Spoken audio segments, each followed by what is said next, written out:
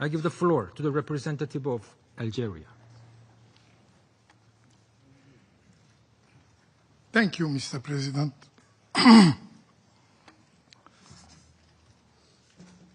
I begin my statement today in this 10,000th session of the Security Council with an apology.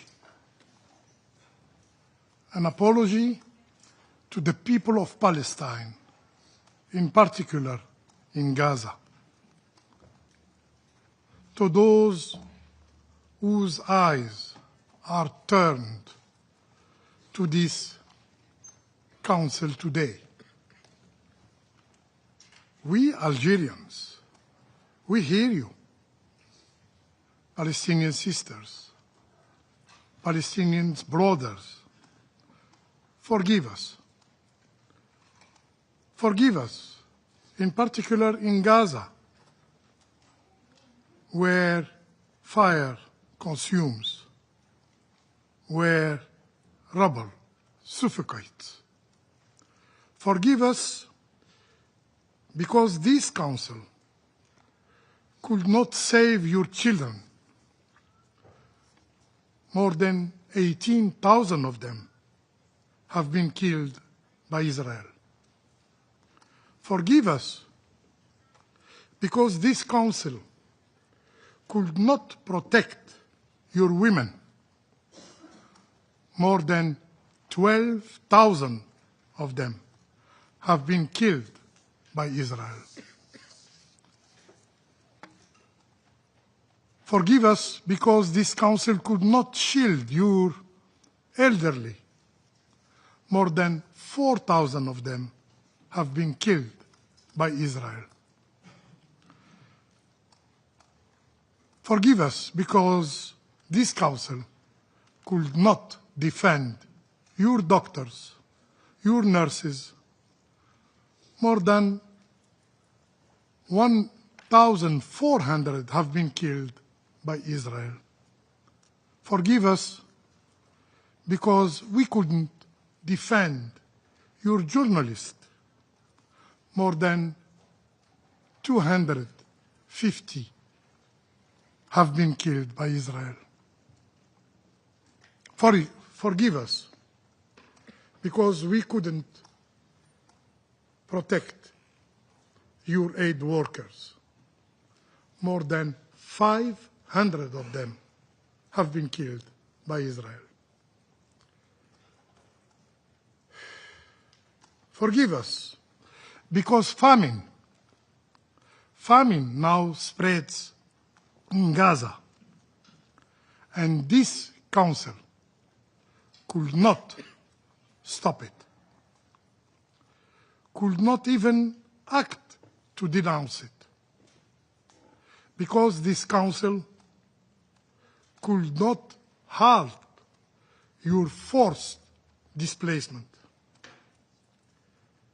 and because aid, humanitarian aid, is turned into a weapon. And this council, this very council, could not break the siege of Gaza. Forgive us because the world speaks of rights, but deny them to you, Palestinians. Forgive us because our efforts, our sincere efforts, shattered against the wall of rejection. Despite these sincere efforts, this Security Council was not of any help for you. Why? Because Israel is shielded, because it is immune. Immune not by international law, but by the bias of this international system. Israel kills every day and nothing happens. Israel starves a people and nothing happens. Israel bombs hospitals, schools, shelters, and nothing happens. Israel attacks a mediator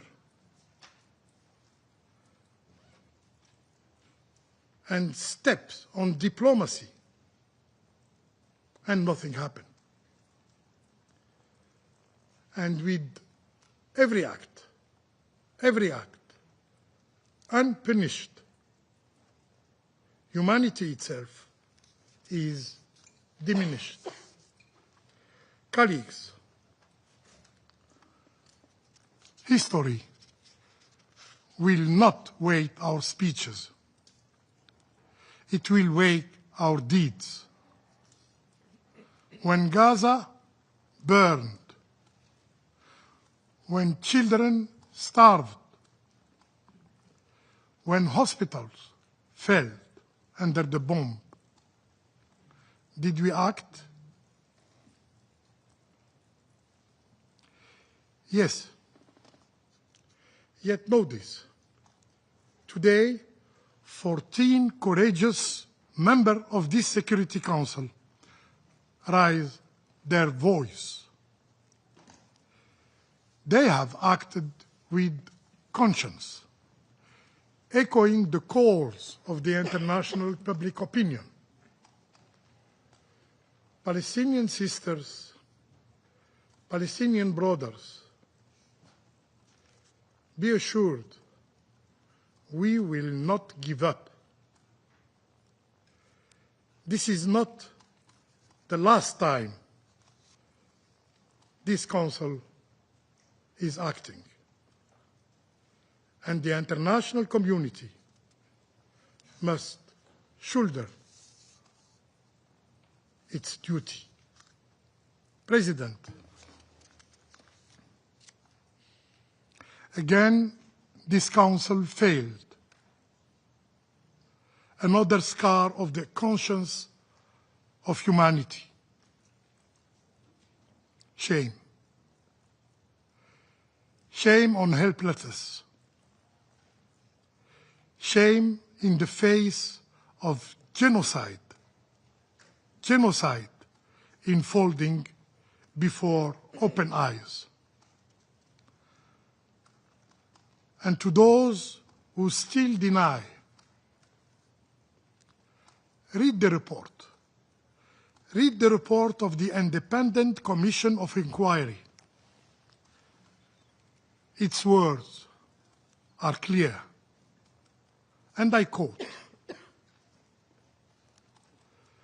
"The Commission concludes that the State of Israel bears responsibility for the failure to prevent genocide, the commission of genocide, and the failure to punish genocide against the Palestinians in the Gaza Strip."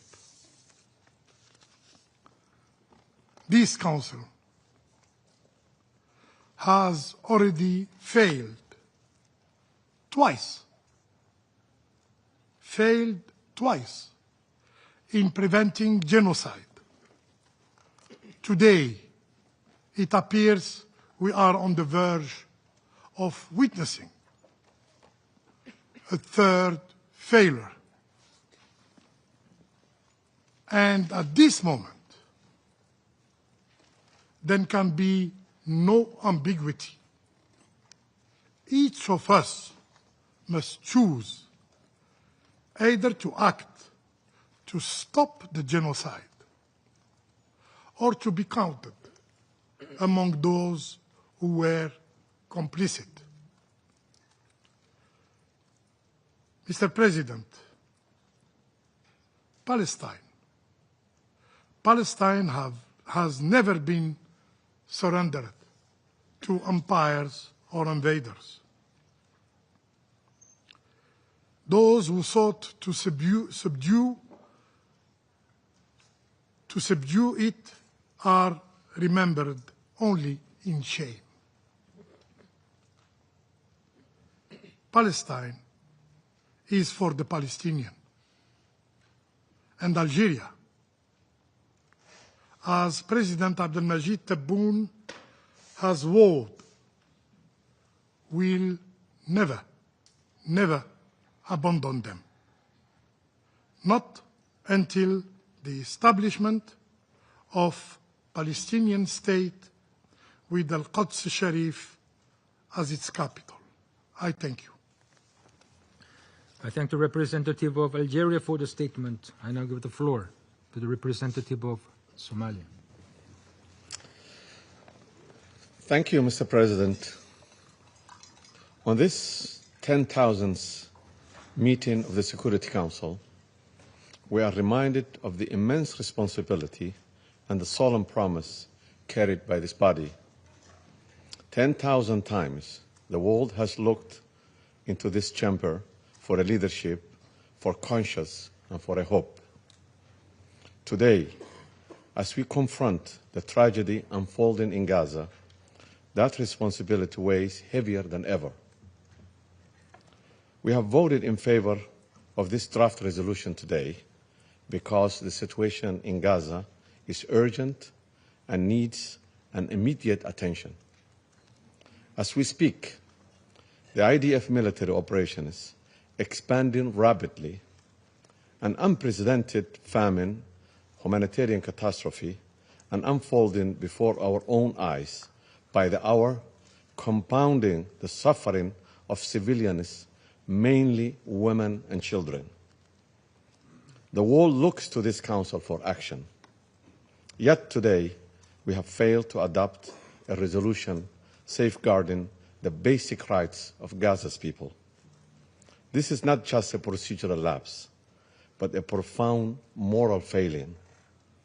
The draft E10 resolution is grounded in the very language and the spirit of United Nations Charter, reaffirming the principles we have all pledged to uphold. It called for what should be a foundational minimum, namely an immediate, unconditional, and permanent ceasefire in Gaza, the release of all hostages, the unembedded flow of humanitarian aid, and respect for the international law by all parties. And yet, time and again, this Council has been blocked from action, invoking sometimes explicit, more often unspoken, of dangerous language and dangerous logic, that the suffering of some is more tolerable than the suffering of others, and that the lives of certain people matter less. It's a notion that has stained our history before, and it's one we must reject utterly. The moment we begin to measure the worth of human life by nationality, ethnicity, or circumstances, we lose the very foundation upon which this institution was built. The world is not watching. Every delay, every evocation signals to those under siege that their pain is negotiable, their rights conditional, their lives expendable. We cannot allow the logic of lesser lives to take root here in this United Nations Security Council. If we do, we not only fail the people of Gaza, we fail ourselves and the ideals of the founding values of United Nations and the overwhelming consensus of the international community. I thank all members who voted in favor of the resolution. Your support is a beacon of hope and reaffirmation of our shared commitment to peace and human dignity. To my colleagues in the E10, our work is far from over. We remain steadfast in our mission to end Palestinian suffering and advance just and lasting peace in the Middle East. There is no doubt that the foundation of peace in the Middle East is to address the root causes of this ongoing crisis and the underlies in the occupation itself, now in its 5th decade. Somalia reaffirms its steadfast support for the Palestinian people and their legitimate right for self-determination, and the return and establishment of independent, a sovereign state with Al-Quds al-Sharif as its capital. Our delegation reiterates its call for an end to the occupation and an immediate permanent ceasefire, the release of all arbitrary detainees, and urgent resumption of credible and inclusive political process under the international auspices. We recognize and support the ongoing ceasefire efforts led by Qatar, Egypt, and the United States, and look toward an upcoming two-state solution conference in the General Assembly next week with hope and determination. We urge all member states to approach that conference with a spirit of responsibility and genuine commitment to just and comprehensive peace in the Middle East. Somalia remains committed to the pursuit of just and lasting peace in accordance with the principles of the United Nations Charter to bring to an end to the prolonged suffering of the occupied Palestinian territory and the wider region. I thank you, Mr. President. I thank the representative of Somalia for the statement. I now give the floor to the representative of Pakistan.